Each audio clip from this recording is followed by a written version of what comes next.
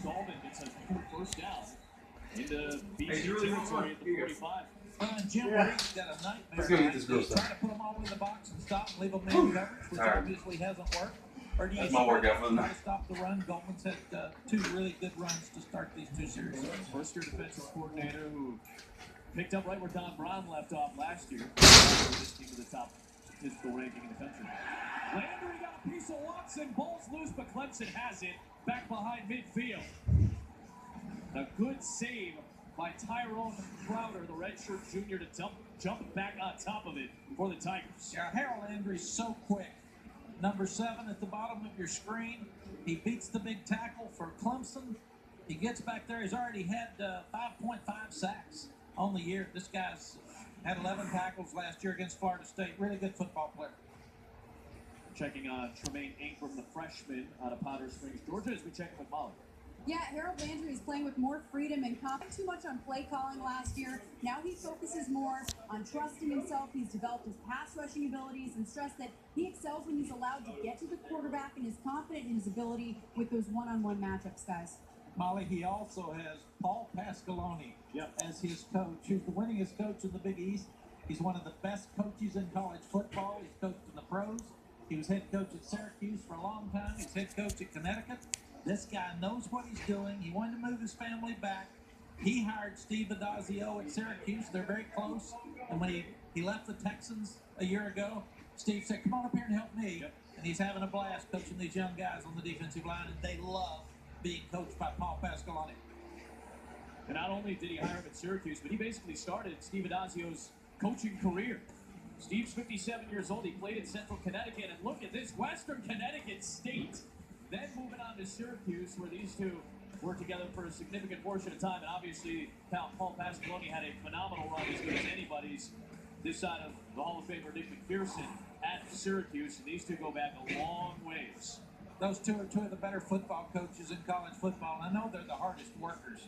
Because I've been around Paul, he never slept.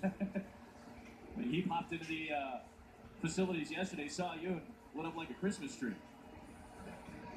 Although, to be fair, we all kind of light up every time we get a chance to see you. To the 49-yard line, Watson running into Ray Smith, and it'll be third down and long. That was quarterback draw. If you're Clemson now, you're smart. You've got your screens, you got your draws. You trust your quarterback because he's older. You can take a shot here and hope you complete it, or you end up getting a pass interference call. Got a lot of playbook here trying to get down for at least a field goal. You don't say that for 3rd and 16 very often, but Clemson's got it.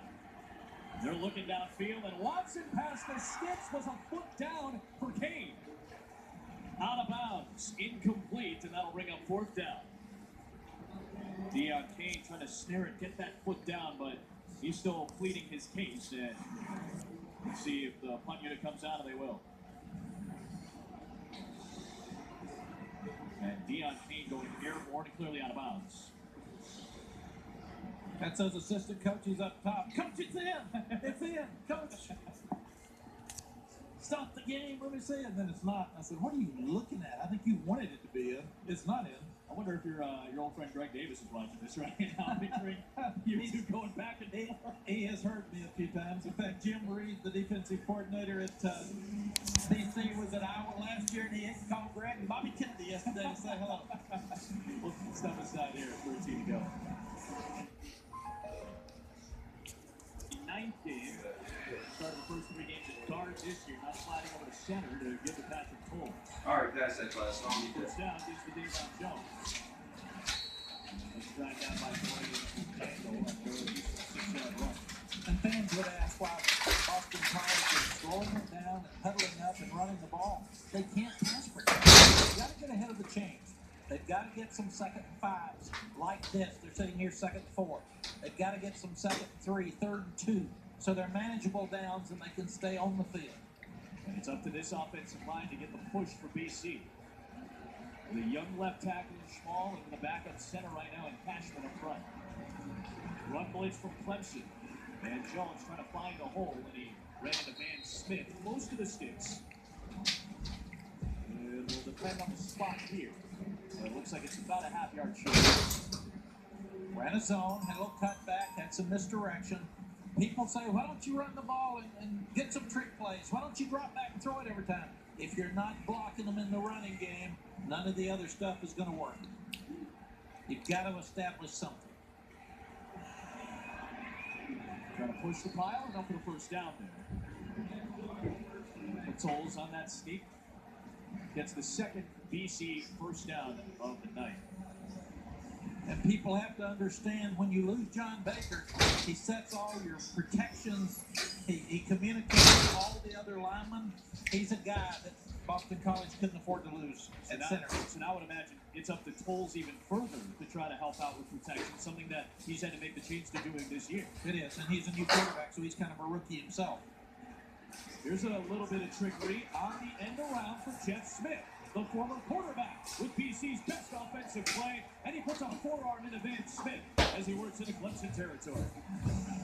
They faked this play the last time when they ran the zone play, so they faked the zone up inside. Jeff Smith comes around.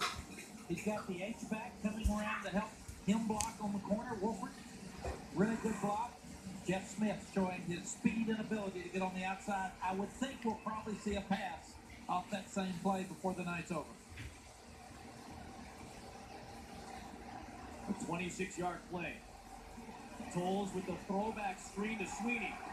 And Tommy Sweeney, with good pursuit from the backside, gets chased down after about 7 yards or so. Good job by Farrell, the redshirt freshman out of Virginia, to chase him down.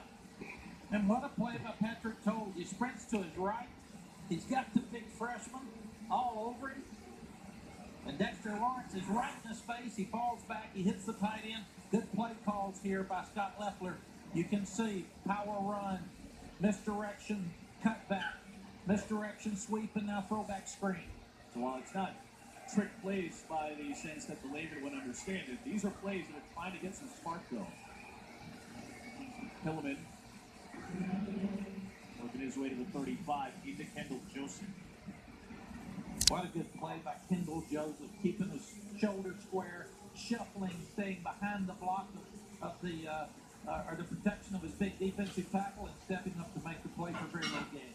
Scott Leffler, 41 years of age, the last 3 years under Frank Beamer as the offensive coordinator, now sliding over here. He's done a lot with new quarterbacks. He's had seemingly new quarterbacks just about every job he's had and every place he's gone to. Tolles underneath, incomplete. Looking for Davon Jones out of the backfield, and Dorian O'Daniel with a good defensive play to shut it down. And BC's offense might stay out here on 4th and 2. Well, I agree. Coach Adazio's got to show confidence in his offense.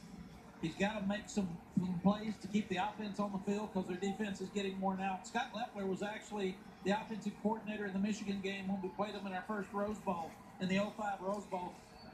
Last time he had a quarterback back-to-back years like Chad Henning. 5 of 8 on 4th down this year is BC. Tolles to throw. Bullets one for Michael Walker, and he's got the first down at the 30-yard line. A clutch catch by the sophomore to keep the BC offense on the field. So Steve Adazio keeping the offense out there, and they cash in. You can see some cross stunts by the defensive lineman going in and out. Good protection that time by the BC line. Patrick Tolles sits in there. Head coach feels good when he says, let's go for it. I have enough confidence in you guys to make it, and they make it. It's a really good job by Steve Adazio letting his team be aggressive.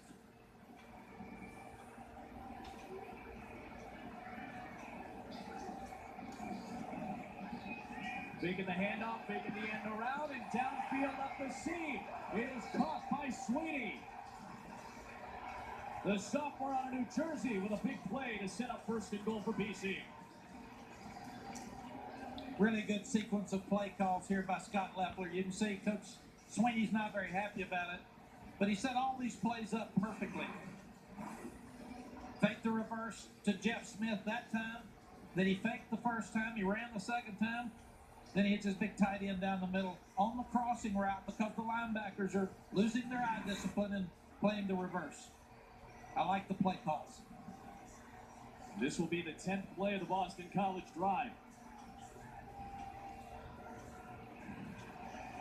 Jones pushing the pile And down to the 3-yard line. Van Smith and Kendall Joseph are there. So here we go, Max. Second down and goal. You want to stay in this game. If you're BC, this is touchdown territory right now. Maybe not necessarily for the score, but for the confidence of this team. Absolutely. You're going to go 4 downs. And Clemson, Chris Beatty is the veteran Marine Corps Master and the founder of Semper K9. He is the Red Bandana Hero Award recipient. As we told you, it is the Red Bandana game. Welsh Brothers family now awards the Red Bandana Hero Award, and Chris Beatty is the very deserving recipient of the award here tonight at Chestnut Hill. And on an extended Boston College drive, this being the 11th play, encompassing over 5 minutes, BC trying to cash in with a touchdown. You got second and goal. Adam, they've got 3 tight ends in the game. So now they're either going to pound, but they're splitting one of the tight ends out. You're either going to pound or you're going to move the quarterback in a run-pass situation. Brought the tight end back in the backfield. 3 tight ends. And they'll give it to Jones. The survey's looking for the hole. And he looks like he's shy of the goal line. Christian Wilkins, one of the excellent men on that front four for Clemson. First man there on the stop. Dabo Sweeney was getting after his defense during that timeout. Now third down and goal. Yeah, you have to be careful. It was so easy to get ahead. It looks like it's going to be a blowout. This Boston College team isn't going to quit.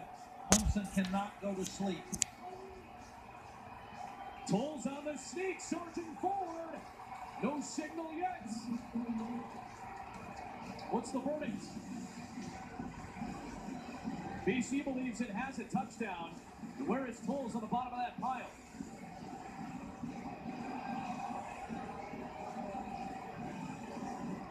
And ruled short.